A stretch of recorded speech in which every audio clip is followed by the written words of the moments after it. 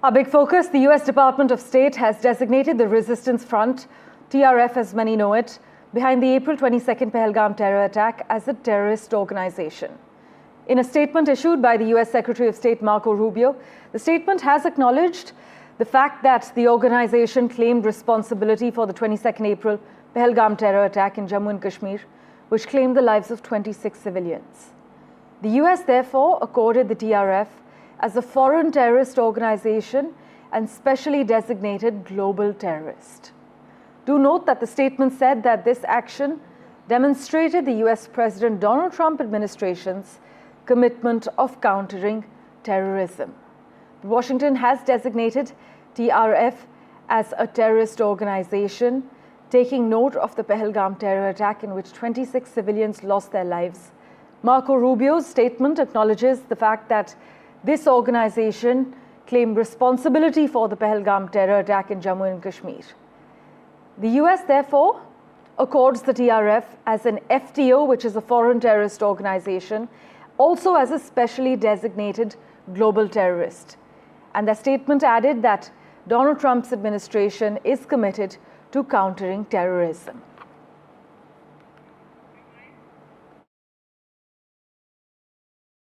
We're moving on.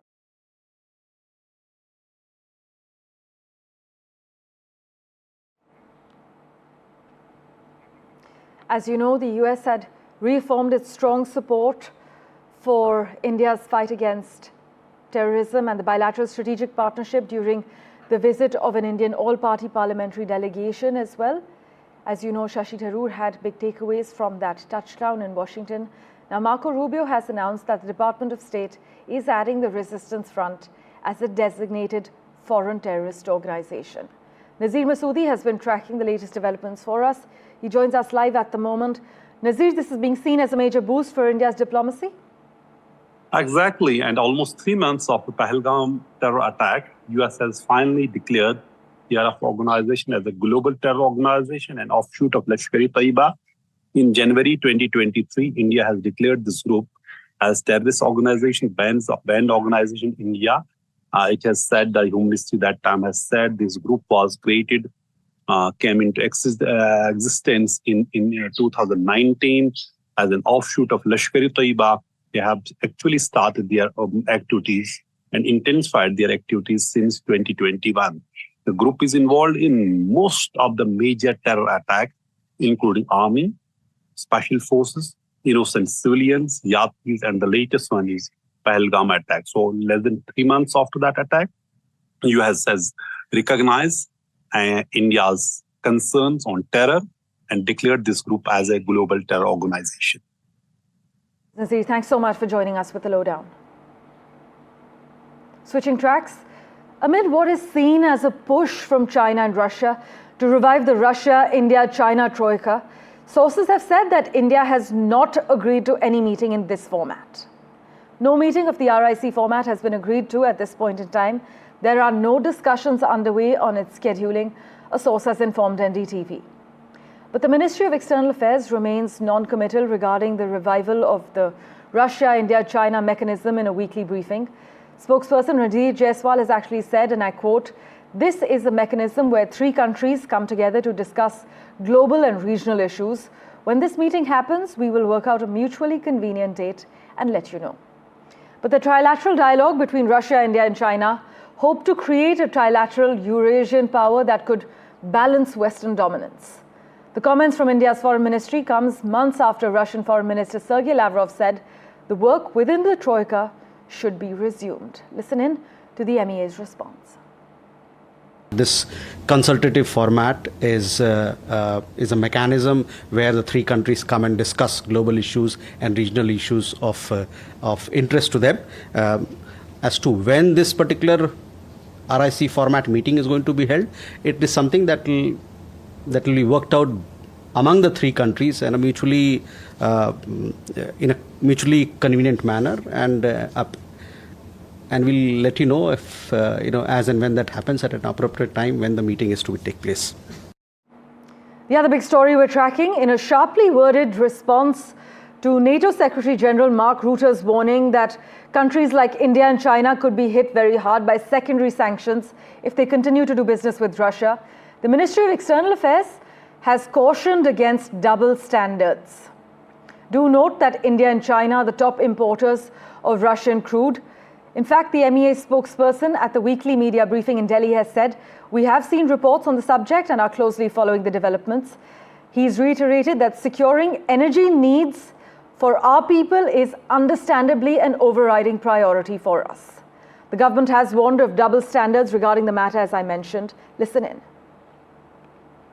Regarding NATO chief's articulation, we have seen reports on the subject and are closely following the developments. Let me reiterate, and I've said this in the past as well, securing energy needs of our people is understandably an overriding priority for us.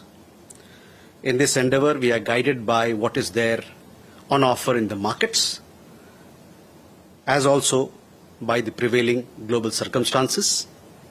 We would particularly caution against any double standards on the matter. Let's turn our attention now to Canada, where 2 international students from India have been sentenced to 3 years in prison and will possibly be deported after they serve the term after they killed an Indigenous man last year in a hit-and-run case in Surrey.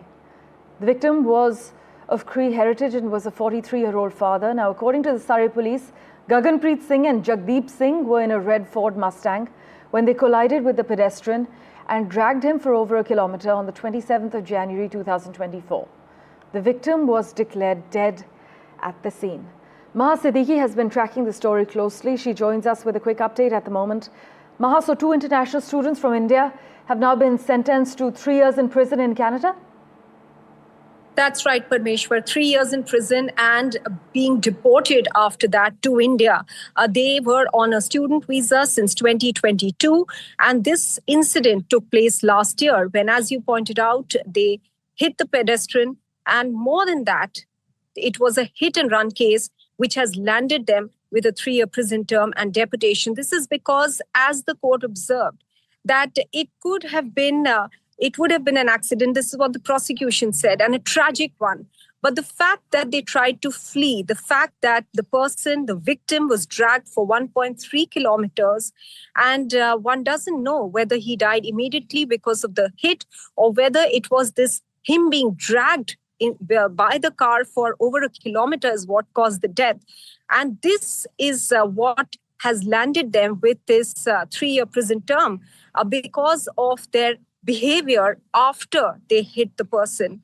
The decision that they took at that moment to flee rather than step out, help, and get the victim's support and help at that time has led to the death of the person, an Indigenous person from the Cree community, identified as GJ on the request of his family. They didn't want his details revealed in the media. And this is what has landed them, that is Gaganpreet Singh and Jagdeep Singh, this 3-year prison term and deportation after that. Both of them are international students, both hail from India. Thanks so much, Maha, for joining us with the latest details. Meanwhile, an Indian-Canadian gangster has been arrested in the US for running a transnational drug operation along with a notorious Irish gang, local media is reporting. The gangster, identified as Upinder Singh Sia, smuggled methamphetamine and fentanyl precursors at an international level. This is what Global News is reporting. And US court documents reveal that he was arrested in Nevada last month by the Drug Enforcement Administration. The court documents also reveal that this man, supported by Turkish and American criminal organizations, was involved in a conspiracy to import precursor chemicals from China and export narcotics through the port of Los Angeles to Australia. This is what the report has added. Meanwhile, the United States has deported 1,563 Indian nationals from the country since the 20th of Jan this year. This is what the Ministry of External Affairs has confirmed, adding that most of the deportees have been sent on commercial flights. In April, the government told the parliament that a total of 682 Indians have been deported from the US since January. But the government said that a vast majority of those deported were those who attempted to enter the United States illegally. But just listen in to what the Indian government has to say regarding over 1,500 Indians being deported from the United States. Since 20th of January this year till yesterday, we have some 1,563 Indian nationals have been deported from the United States so far. Most of these Indian nationals have come via commercial flights. So that is the update, and we, as and when we receive list of people who are to be deported, we confirm their nationality, and once only where their nationality is confirmed, as you know, then we do the documentation part, and thereafter they are sent back to India. Staying with updates from the United States, well, minutes after announcing that he intends to sue the Wall Street Journal and Rupert Murdoch for reporting that the unreleased Justice Department files on Jeffrey Epstein include a letter to the late sex offender from Donald Trump, the US President said that he has asked the Attorney General Pam Bondi to release a different set of documents from the investigation into Epstein. Based on the ridiculous amount of publicity given to Jeffrey Epstein, Trump wrote on his Truth Social platform, "I have asked Attorney General Pam Bondi to produce any and all pertinent grand jury testimony subject to court approval." That's the key part there. Despite the fact that the grand jury testimony is a different set of documents and could include information on Epstein's victims, Trump suggested that doing so would end the controversy over his administration going back on its word to release all of the files. But by the way, most Americans think the US President Donald Trump's administration is actually hiding information about accused sex trafficker Jeffrey Epstein and give it poor marks on the issue after pledging to make public documents. In this case, this is what a Reuters Ipsos poll has found. In fact, just take a look at this data.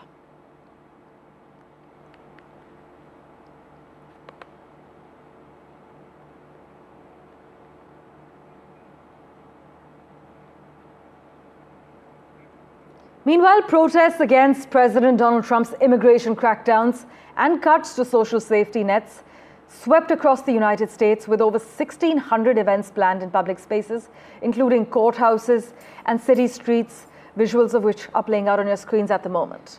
The National Day of Action, titled "Good Trouble Lives On," was organized to honor the legacy of the late Congressman and civil rights icon John Lewis, who died in 2020, who was the youngest member of the Big Six civil rights leaders and famously led the 1965 Bloody Sunday March in Alabama. Reflecting on his lifetime of activism, Lewis once urged Americans to get in good trouble, necessary trouble, and redeem the soul of America. But these protests, led by a coalition of advocacy groups, advocacy groups including Public Citizen, focused on Trump's controversial policies, especially his expanded deportation tactics and cuts to Medicaid and other programs. Protesters called for nonviolent demonstrations and a renewed commitment to democratic values.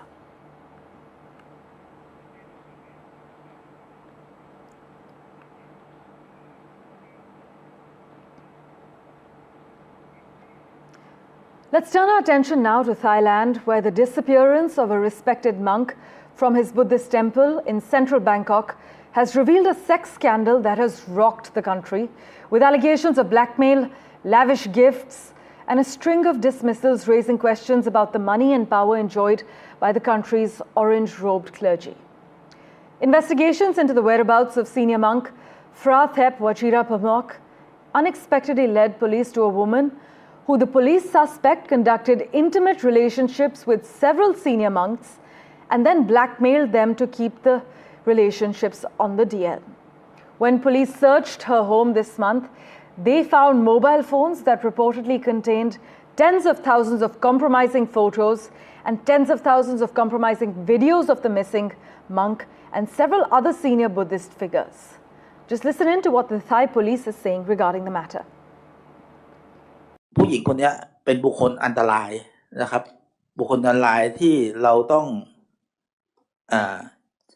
จับกลุ่มให้ได้โดยเร็วแต่ด้วยพยานหลักฐานที่เราทำเนี่ยก็เราเร่งรัดที่สุดแล้วนะครับจนมาถึงวันนี้มีการจับกลุ่ม Meanwhile, let's get you an update from Bangladesh, where at least 14 people have been arrested following clashes in Gopalganj, which is the hometown of Bangladesh's founder, Sheikh Mujibur Rahman, that left 4 people dead and prompted a curfew, according to local media. 4 people were killed in clashes over a rally organized by the National Citizen Party in Gopalganj, which turned into a virtual battlefield as hundreds of supporters of Rahman's daughter and deposed Prime Minister Sheikh Hasina clashed with the police ahead of the planned march of the student-led party. Further news and updates continue in a moment, right after this very short break.